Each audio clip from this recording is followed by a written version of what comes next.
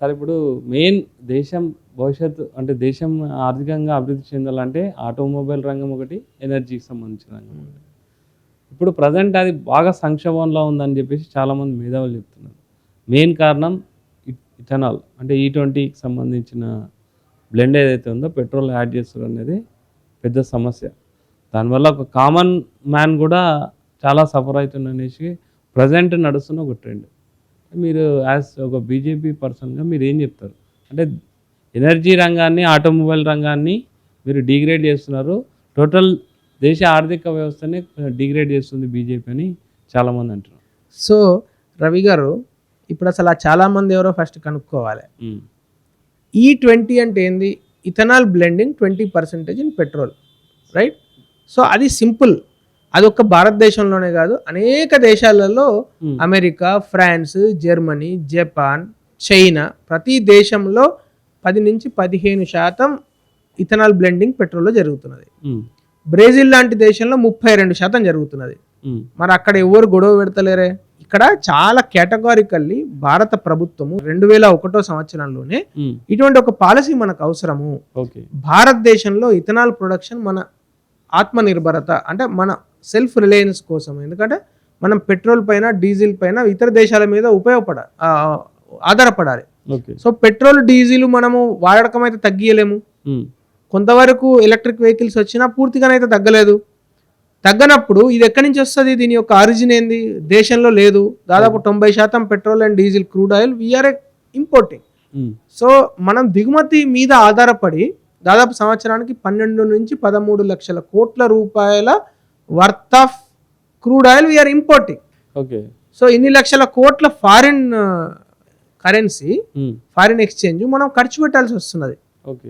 దానిలో ఒక 2 లక్షల కోట్ల రూపాయల ఇథనాల్ బ్లెండింగ్ చేయడం ద్వారా భారత ప్రభుత్వము, భారత సమాజం పైన ఆటోమేటిక్గా బర్డెన్ తగ్గిపోతుంది. మరి 2 లక్షల కోట్ల ఇథనాల్ ఎక్కడి నుంచి వస్తుంది? భారతదేశంలో ఉండే మన రైతులు పండించే పంటల ద్వారా ఏవైతే మనం వాడంగా అంటే మనం తినంగా మిగిలి, ఇప్పుడు రైస్ ఉంటుంది, బ్రోకెన్ రైస్ ఉంటుంది. నేను నా చిన్న వయసులో ఉన్నప్పుడు నూకానట్ బ్రోకెన్ రైస్, అది రూపాయి 2 రూపాయలకు కూడా బయట అమ్మాయిగా అది మన పందులకు, పశువులకు పెట్టేది. అలాంటి బ్రోకెన్ రైస్ ఇవాళ 14-15 రూపాయలకు అమ్ముడు పోతున్నది. ఎందుకు పోతున్నది? బికాస్ దాంతో ఇథనాల్ ప్రొడక్షన్ జరుగుతున్నది. మొక్కజొన్న పంట నేను 2015-16 వరకు కూడా 1200 రూపాయలు, 1400 రూపాయలు క్వింటాల్ ఉంటుంది. ఇవాళ 2700 రూపాయలకు మార్కెట్లో ఉన్నది. ఎందుకు? బికాజ్ మొక్కజొన్న ద్వారా ఇథనాల్ ప్రొడక్షన్ను గవర్నమెంట్ యాక్సెప్ట్ చేసింది కాబట్టి. అంటే సర్క్యులర్ ఎకనామీ అనే ఒక మాట చెప్పేసి ఏమవుతుందంటే ఒక పకడ్బందీగా వెహికల్స్ చాలామంది కొనింటారు. అంటే వాళ్ళకి ఇప్పుడు ఇటువంటి ఇథనాల్ పెట్రోల్ యాడ్ చేయడం వల్ల వాళ్ళ వెహికల్స్ అన్ని చెడిపోతున్నాయి. ఎందుకు చెడిపోతున్నాయి? ఎట్లా ప్రూవ్ అయింది? అంటే చాలా మెకానిక్స్, అంటే ఇది గ్రౌండ్ రియాలిటీ. బీజేపీ వాళ్ళు అవునన్నా కాదన్నా? బీజేపీ వాళ్ళు వదిలిపెట్టండి. నేను ఐఐటీలో చదువుకున్న ఒక టెక్నోక్రాట్ గా చెప్తాను మీకు.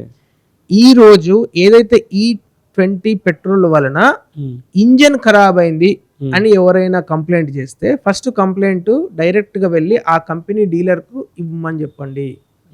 వాళ్ళు తీసుకోకుండా, వాళ్ళు యాక్సెప్ట్ చేయకుండా మాకు చెప్పండి, మేము వచ్చి అది తీసుకోవాలి, మ్యాండేటరీ. ఇప్పుడు మనం చాలా సార్లు రిపోర్ట్లో అవుతామా, ఈ particular Volkswagen clutch wire సరిగ్గా లేదు కాబట్టి 50,000 కార్ల నుంచి క్లచ్ వైర్లు వాపస్ తెప్పించుకుంటున్నది. లేకుంటే అదేదో బ్రేక్ ప్యాడ్ సరిగ్గా డిజైన్ సరిగ్గా లేదు కాబట్టి బ్రేక్ ప్యాడ్లు రీప్లేస్ చేస్తున్నాయి అని చదువుతాం కదా మనం చాలా రిపోర్ట్లలో. ఈ కంపెనీలు, ఆటోమొబైల్ కంపెనీలు వేల సంఖ్యలో ఉన్న వాళ్ళ కార్ పార్ట్స్ కొన్ని ఏదైనా ఒక డిజైన్ ఫెయిల్యూర్ ఉన్నప్పుడు వాపస్ తెప్పించుకుంటాయి. అట్లా ఒక ఫ్యూయల్కు సూటబుల్ ఇంజన్లో ఏదైనా ఒక పర్టికులర్ వెహికల్లో ప్రాబ్లం ఉంటే అది వెహికల్ ప్రాబ్లం అవుతుంది తప్పితే ఫ్యూయల్ ప్రాబ్లం ఎట్లయితుందండి?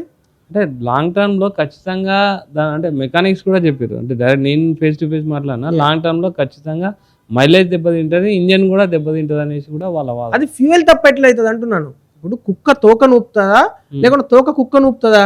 ఇప్పుడు ఫ్యూయల్ ప్రకారం ఇంజన్ తయారు చేయాలా లేకుంటే ఇంజన్ ప్రకారం ఫ్యూయల్ తయారు చేస్తారా? ఇప్పుడు మీరు ఇంజన్ డిజైన్ చేసి దీనికి ఏ ఫ్యూయల్ తయారవుతుందో సైంటిస్టులు అందరిని పిలిచి మీరు ఫ్యూయల్ తయారేయండి అంటారా? అట్లా తయారవుతుందా ఫ్యూయల్?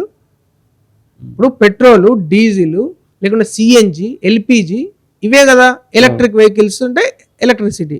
ఈ 5 మోడల్స్ ఉన్నాయి కదా ప్రపంచంలో. ఈ 5 మోడల్స్లో ఏదో ఒక మోడల్లో ఆటోమొబైల్ నడవాలి కదా. అవును. మరి ఈ 5 మోడల్స్లో ఏదో ఒక మోడల్ నడవాలని మనం డిక్టేట్ చేస్తున్నప్పుడు డీజిల్ అంటే ఇదే. దానికి ఇప్పుడు ఇథనాల్ అంటే ఏంది? ఇథైల్ ఆల్కహాల్, C2H5OH, అదే కదా దాని ఫార్ములా. విస్కీ బ్రాండీలలో కూడా C2H5OH ఉంటుంది కదా, ఇథైల్ ఆల్కహాలే. కొంతమంది నేను సోషల్ మీడియాలో కొంతమంది ఏం పెట్టారంటే ఇంజన్ చుట్టూ చీమలు చేరుతున్నాయని పెడుతున్నారు. అంటే విస్కీ బాటిల్ మన బ్రాండీ బాటిల్ పెడితే కూడా దాని చుట్టూ చీమలు చేరుతున్నాయా? Is it right? What kind of an argument is it? Sir నేను ఒక కామన్ మ్యాన్ ప్రాబ్లం అది. వన్ ఆఫ్ మై ఫ్రెండ్ అంటే తీసుకున్నాడు, ఆయనకు ప్రజెంట్ ప్రాబ్లం వచ్చేసింది అనేసి కార్లో, అంటే 2 years తీసుకున్న 2 yearsకే ప్రాబ్లం వచ్చింది. హలో, యా ప్రశాంత్ రెడ్డి గారు, ఇప్పుడు అమర్నాథ్ సారంగ్లా గారు ఉన్నారు. అంటే మీ వెహికల్ కొన్నాక మీకు ప్రాబ్లం ఉంది అని చెప్పారు E20 ఇథనాల్ నుంచి. ఒకసారి సార్తో మాట్లాడండి. హలో ప్రశాంత్ రెడ్డి గారు. నమస్తే అండి, చెప్పండి సార్. సో నేను 2022లో కార్ కొన్నానండి, అది E10 కంపాటబిలిటీ. ఓకే. అంటే అది E20 లాస్ట్ ఇయర్ స్టార్ట్ అయింది, అంటే ఎప్పుడు స్టార్ట్ అయింది, బట్ 23లో స్టార్ట్ అయింది. E20 కాదు, E20 పెట్రోల్. అదే E20 పెట్రోల్ 2023లో స్టార్ట్ అయింది. సో ఇప్పుడు నా కార్ E10 కంపాటబిలిటీ. సో నేను ఇప్పుడు నా కార్లో E20 పెట్రోల్ వచ్చి ఇంకొక 10 years కారు ఇంతే పర్ఫెక్ట్ గా ఇదే మైలేజ్ తో ఎక్కువ స్పేర్ పార్ట్ ఇష్యూస్ నడుపుతుంది, ఒక మెంటల్ ఒక నడుస్తుంటది అనమాట ఎప్పుడు కార్. అదర్వైజ్ ఇంకొక 2-3 years అది కార్ అమ్మేసి కార్ కొనుక్కోవాలా అంటే ఒక మెంటల్ స్ట్రెస్. ప్లస్ ఆల్రెడీ మేము పెట్రోల్ నార్మల్ రెగ్యులర్ పెట్రోల్ మానేసి ఏదైతే మన స్పీడ్ అండ్ పవర్ ఒక 10 రూపాయలు ఎక్స్ట్రా వస్తుంది. ఆల్రెడీ కొంతమంది social media influencers, automobile influencers వాళ్ళు ఒక సజెషన్ ఏమి ఇస్తున్నారంటే మీ ఈ రెగ్యులర్ E20 పెట్రోల్ ఒక half tank and 100% petrol without E0 without ethanol అదొక 50% ట్యాంక్ ఫిల్ చేసుకుంటే సో మీ కార్ కి ఏం ప్రాబ్లం కాదని అదొక టైప్ ఆఫ్ థింగ్స్. ఇవన్నీ అంటే unnecessary or unwanted things for middle class people at all. Okay Prashanth Reddy garu, let me answer. ఇక్కడ ప్రశాంత్ రెడ్డి గారు చెప్పిన కన్సర్న్ ఏదైతే ఉందో it is a valid concern. అంటే జనరల్గా any technology when we try to adapt, so we will face these kind of problem. అయితే ఇక్కడ చాలా దీనిలో కొంత ఒక పర్సంటేజ్ మాత్రం ఫ్యాక్ట్ ఉంటుంది, 99% వాళ్ళు కల్పించి చెప్పేది ఉంటుంది. ఇప్పుడు నిజంగా ఈ వెహికల్లో ఏదైనా ఒక ప్రాబ్లం ఉండొచ్చు, అంటే వేరే కారణం ద్వారా ప్రాబ్లం వచ్చినా కూడా వాళ్ళు మెకానిక్ ఏం చెప్తాడు సింపుల్గా, అది పెట్రోల్ మార్చండి సార్, లేకుండా దీన్ని బ్లెండ్ చేయండి అంటాడు. So that may be one of the reasons. రెండోది సయామ్ అంటే సొసైటీ ఫర్ ఏదైతే ఆటోమొబైల్ మ్యానుఫ్యాక్చరర్స్ ఉన్నారో వాళ్ళు చాలా కేటగారికల్గా మొన్న 2025లో ఒక రిపోర్ట్ రిలీజ్ చేశారు. దానిలో ఒక 130 పారామీటర్స్ గురించి వాళ్ళు ప్రస్తావన చేశారు. దానిలో ఒక పర్టికులర్ పారామీటర్ ఏంది అంటే మైలేజ్. ఈ మైలేజ్ కొంత తగ్గుతున్నది అని వాళ్ళు ప్రస్తావన చేశారు. అయితే ఇక్కడ సమస్య ఏమవుతున్నదంటే భారతదేశంలో మైలేజ్ తగ్గిపోవడానికి 100 రీజన్స్ ఉంటాయి. ఇప్పుడు మన రోడ్లు బాగాలేవు, దాంతో న్యాచురల్లీ మైలేజ్ తగ్గిపోతుంది. యావరేజ్ స్పీడ్ హైదరాబాద్లో 10 దాటదు యావరేజ్గా మీరు చూస్తే. అంటే ఇక్కడ నుంచి మీరు ఒక 5 కిలోమీటర్లు వెళ్ళాలంటే 10 km/h దాటదు. సో దానిలో మైలేజ్ ఎట్లా చెక్ చేస్తారు? రోడ్లు ఇంత దారుణంగా ఉన్నాయి. సో అనేక రకాల రీజన్స్ ఉంటాయి ఏది మైలేజ్ తగ్గడానికి. కానీ మైలేజ్ తగ్గడానికి ఇన్ని రకాల రీజన్స్ ఉన్నాయి కాబట్టి E20 గొప్ప అని నేను చెప్పను. E20 యొక్క ఉపయోగం ఏందో మనం అర్థం చేసుకోవాలి. దాని యొక్క అంటే ప్రోస్ అండ్ కాన్స్ మనము బేరీజ్ వేసుకోవాలి కదా. E20 వల్ల నేను చెప్పేది సార్, సర్క్యులర్ ఎకనామీ దృష్టిలో పెట్టుకొని చేస్తారు, కానీ గ్రౌండ్ వర్క్ లెవెల్లో మాత్రం దాన్ని కరెక్ట్గా డీల్ చేయలేకపోతుంది అనేసి ప్రభుత్వం తీసుకున్న రిఫార్మ్ ఏదైతే ఉందో అది కరెక్ట్గా ఇంప్లిమెంటేషన్ కరెక్ట్ లేదని చెప్పేసి కూడా నేను వాదన. సో ఇక్కడ ఇంప్లిమెంటేషన్లో ఎందుకు అంటే ఇలాంటి రూమర్స్ చలామణి అవుతున్నాయంటే, ఇప్పుడు ఒక పాట్నాలో ఒక వ్యక్తి, ఒక సోషల్ మీడియా ఇన్ఫ్లుయెన్సర్, నేను నా E20 డ్రివెన్ కారు అంటే ఆ E20కి సూటబుల్ కారులో నేను పెట్రోల్ పోసుకున్నా కానీ నా ఇంజన్ జామ్ అయింది అని అన్న తర్వాత టయోటా కార్ల కంపెనీ ఆ ఇంజన్లో ఉన్న పెట్రోల్ను ఎక్స్ట్రాక్ట్ చేసి టెస్ట్ చేయించింది. అతను ఏం చేశాడు, కావాలని పెట్రోల్తో పాటు కొంత వాటర్ పోసి నడిపించాడు. అది జామ్ అయింది, సీజ్ అయింది ఇంజన్. ఇప్పుడు దాన్ని ఆయన సోషల్ మీడియాలో ఫుల్ వైరల్ అయిపోయింది. అది ఇప్పుడు అతని పైన FIR అతను జైల్లో ఉన్నాడు. అది కరెక్టా? ఇప్పుడు నువ్వు నిజాయితీగా ఏదైనా చెప్పు, ప్రభుత్వమైనా ఎవరైనా వినాల్సిందే. ఇప్పుడు ఆటోమొబైల్ కంపెనీ ఉంది, ఆ కంపెనీ ఇంజన్ లో ఏదైనా ఫాల్ట్ ఉంది అనుకోండి, ఇప్పుడు ఇప్పుడు మారుతి ఇంతకుముందు సుజుకి కంపెనీ ప్రశాంత్ ఇప్పుడు వారు మాట్లాడినట్టు- చెప్పింది i10 అంటే హుందాయ్, if I'm not wrong. Okay, ఇప్పుడు E20 క్యాపబిలిటీ తీసుకున్న కెపాసిటీ ఉన్న అదే తీసుకున్నది కారు లేదు E10 E10. వారు తీసుకున్న కార్ E10 ఆ. 2022లో 23 తర్వాత E20 పాలసీ వచ్చింది. అలా పాలసీ చాలా- చాలా వచ్చినప్పుడు మంది suffer అవుతారు. అదే చెప్తున్నాను, సఫర్ అయితే అదే చెప్తున్నా. మీరు సఫర్ అనే వర్డ్, ఇప్పుడు నేను కూడా కార్ నడిపిస్తాను కదా, సో నాకు కూడా ఈ ప్రాబ్లం రావాలి కదా. ఓన్లీ కొంతమందికి ఎందుకు వస్తున్నది ప్రాబ్లం అనేది, అందరికి రావాలి okay, if it is the universal problem. కానీ ఇక్కడ ఏంటంటే ఒక ఫ్యూయల్ కొత్తగా దానిలో బ్లెండింగ్ జరుగుతున్నప్పుడు మనం అదేదో కొత్త ఫ్యూయల్ ఇవ్వాలనే, అసలు ఇదేనా ఇప్పుడు డీజిల్ కార్లో పెట్రోల్ పోసినట్టు, పెట్రోల్ కార్లో డీజిల్ పోసినట్టు కాదు ఇది. ఓకే, దానివల్ల మైలేజీలో కొంచెం తగ్గుతుంది అని ఏదైతే వీళ్ళు మాట్లాడుతున్నారో అది రాంగ్. పవర్ లో తగ్గుతుంది. ఎందుకు పవర్ లో తగ్గుతుంది అంటే క్యాలరిఫిక్ వాల్యూ ఆఫ్ ఇథనాల్ ఈ slightly less than calorific value of petrol. అని గురించి పవర్ లో తగ్గుతుంది. కానీ మీరు పవర్ లో 150 స్పీడ్ 120 స్పీడ్ లో పోయే అవకాశమే లేదు కదా మన రోడ్ల మీద. ఓకే. అసలు దాన్ని ఎందుకు గ్రహిస్తలేం మనం? అంటే అసలు మీరు సమస్య ఈ రోజు public కి ఎక్స్ప్లెయిన్ చేసే విధానంలో ఫెయిల్ అయ్యారా? ఇన్ని అపోహలు లేదండి. ఎందుకు? అసలు ఎవరికి అప్రిహెన్షన్స్ ఉండడం అనేది సర్వసహజం. ఉమ్, కానీ కొంతమంది దీన్ని ప్రొవోక్ చేసి కొన్ని రాంగ్ ఫేక్ న్యూస్ ద్వారా పబ్లిక్ను ప్రొవోక్ చేసి ఇప్పుడు 2023 ఏప్రిల్ 1వ తారీఖు నుంచి ఈ పాలసీ అమల్లో ఉందండి. ఉమ్. ఎందుకు సడన్గా ఈ 2 నెలల నుంచే ఎందుకు డిస్కషన్ మొదలైంది? ప్రాబ్లమ్స్ స్టార్ట్ అయినాయి. ప్రాబ్లమ్స్ ఇప్పుడు స్టార్ట్ కాలే, ప్రాబ్లమ్స్ అసలు ఎప్పుడూ లేవు. ఉమ్, కానీ ఏ ప్రాబ్లం వచ్చినా కూడా E20 రీజన్ అని చెప్పడం స్టార్ట్ అయింది. నువ్వు కార్ నడపరాక బండి ఆగిపోయినా సీజ్ అయినా ఇందాక చెప్తున్నాను కదా, ఒకడు ఒక సోషల్ మీడియా ఇన్ఫ్లుయెన్స్ అని చెప్పుకునే ఒక పర్సన్ ఉమ్, కావాలని కొంత వాటర్ పోసి ఇంజన్ లో, అటు పెట్రోల్ తో పాటు వాటర్ పోసి ఉమ్. ఇంజన్ సీజ్ అయింది. ఇంకోటి కూడా చెప్పిండు, హాఫ్ ఏమో 100% పెట్రోల్ వాయించని. అది ఇప్పుడు అది ఎందుకు అట్లా అంటారు? అది యావరేజ్ చేస్తే ఇప్పుడు సింపుల్ అరిథమెటిక్ అనమాట. అదే ఏది 20% ఇథనాల్ 50% పోసి ఇంకొక 50% 100 పోస్తే అప్పుడు మొత్తం 100 లీటర్స్ మీద 10% ఉంటుంది కదా అని లాజిక్. ఓకే. అంటే ఇంకో అపోహ కూడా సార్, ఒక కేంద్ర మంత్రికి కొన్ని కంపెనీలు ఇథనాల్ బ్లెండింగ్ సంబంధించి ఆయనకు అనుకూలంగా ఈ విధమైన నితిన్ గడ్కరీ గారి గురించి మీరు ఏదైతే మాట్లాడుతున్నారో, నితిన్ గడ్కరీ గారికి అసలు ఒక్క కంపెనీ కూడా లేదు, కొన్ని కంపెనీలు కాదు. రెండోది, ఈ దేశంలో ఎంత ఇథనాల్ ప్రొడక్షన్ అవుతున్నది? అంత ఇథనాల్ ప్రొడక్షన్ జరుగుతున్నది కదా. మరి నితిన్ గడ్కరీ గారు గ్రీన్ హైడ్రోజన్ గురించి కూడా మాట్లాడుతున్నారు. మరి ఆయనకు హైడ్రోజన్ కంపెనీ ఉందా?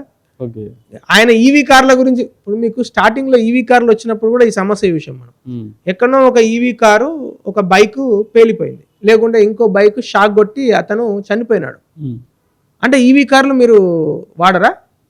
ఇప్పుడు నదిలో ఈత కొట్టడానికి ఒక వ్యక్తి వెళ్తాడు సార్, ఈత రాక చనిపోతాడు, ఇక వేరే వాళ్ళు ఎవరు నదిలో స్నానం చేయొద్దా?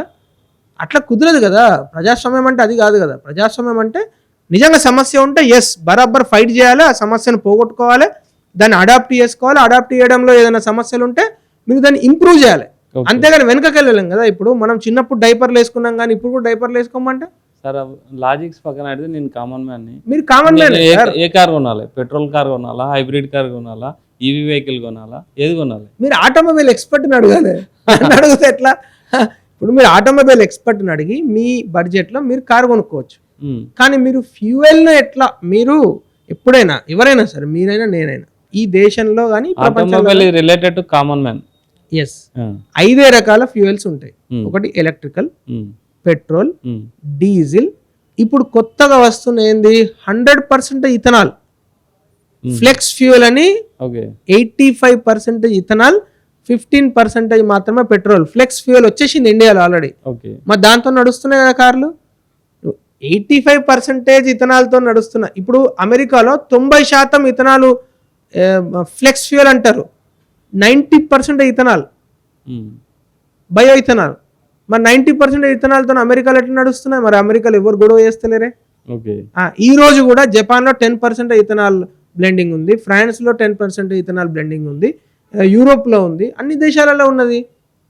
మన దేశం ఓన్లీ ఇప్పుడు టెక్నికల్ గా కూడా మాట్లాడితే బ్లెండింగ్ చేసి దీంతో పాటు 20% కలిపే దాంట్లో మనం ఇంపోర్ట్ చేసుకునే దాంట్లో అంటే దాన్ని ఒకవేళ మనము అంటే కరెక్ట్గా క్యాల్కులేషన్ చేస్తే లాభమేనా నిజంగా మనకు? 100% లాభము. ఉమ్, ఇప్పుడు ఇథనాల్ ఈ రోజు ఎంత ప్రైస్లో కొంటున్నది భారత ప్రభుత్వం? 71 రూపాయలకు కొంటున్నది, ఉమ్, రైట్? ఫారిన్ క్రూడ్ ఆయిల్ వచ్చిన తర్వాత దాన్ని క్లీన్ చేసిన తర్వాత 71 కన్నా ఎక్కువ అవుతున్నది. ఉమ్, ప్లస్ రెండోది చాలా పొల్యూషన్ తగ్గిపోతుంది రవి గారు. ఉమ్, ఇథనాల్ వలన, ఇథనాల్ బ్లెండింగ్ ఎందుకు స్టార్ట్ అయింది అసలు? అమెరికాలో అయినా ఇంకో దేశాలైనా, సౌదీ అరేబియాలో కూడా ఇథనాల్ బ్లెండింగ్ ఉన్నది. మరి సౌదీ అరేబియాలోనే పెట్రోల్ ప్రొడక్షన్ అవుతుంది, వాళ్ళు మొత్తం పెట్రోల్తో నడిపించచ్చు. ఎందుకు వాళ్ళు ఇథనాల్ బ్లెండింగ్ చేయాల్సి వస్తున్నది? ఎందుకంటే ఎన్విరాన్మెంట్ స్టాండర్డ్స్ మీట్ చేయడానికి, ఎన్విరాన్మెంట్లో పొల్యూషన్ తగ్గించడానికి ఉమ్, ఇథనాల్ బ్లెండింగ్ వలన 20%, ఎందుకంటే ethanol is a clean fuel, okay, that to bio ethanol is a clean fuel. So when you have a clean fuel, um, obviously your pollution levels will come down.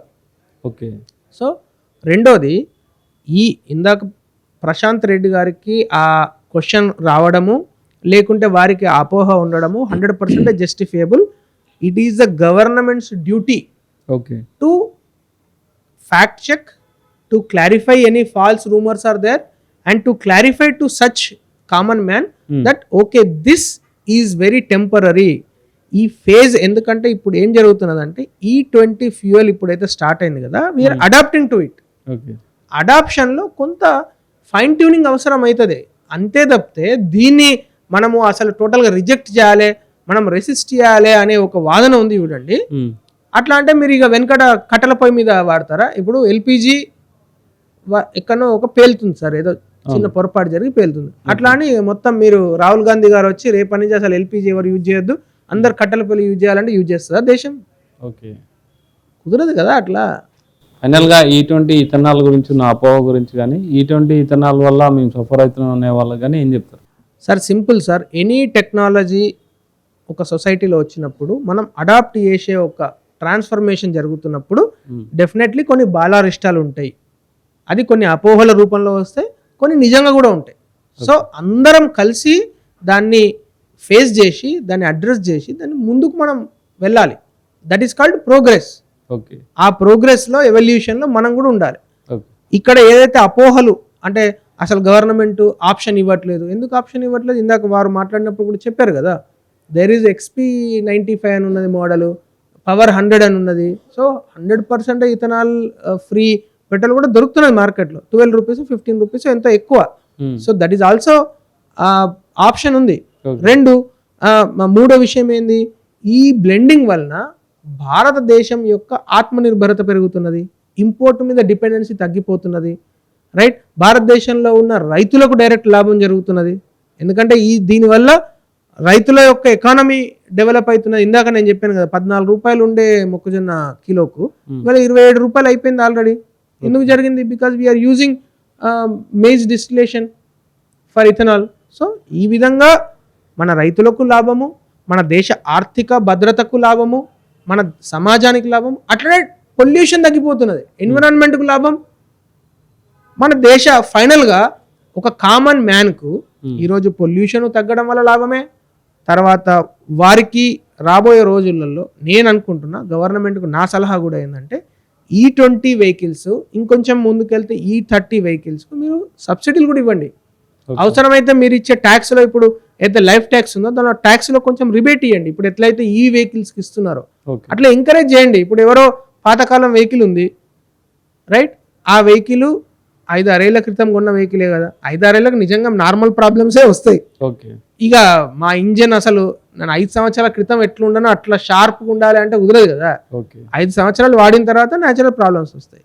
But never the less నేను ఇచ్చే సలహా ఏంటంటే, నా వైపు నుంచి నా recommendation అనుకోండి, భారత ప్రభుత్వము, స్టేట్ గవర్నమెంట్స్ కూడా ఏం ఆలోచించాలంటే, మనం ఇట్లాంటి టెక్నాలజీలో ముందుకు వెళ్తున్నప్పుడు కొత్త టెక్నాలజీ అడాప్టేషన్ క్రమంలో కొంత ట్యాక్స్ విషయంలో, మిగతా విషయంలో కూడా కొంత వెసులుబాటు ఇస్తే ఇంకొంచెం స్పీడ్గా అడాప్ట్ చేసుకోవడానికి అవకాశం ఉంటుంది.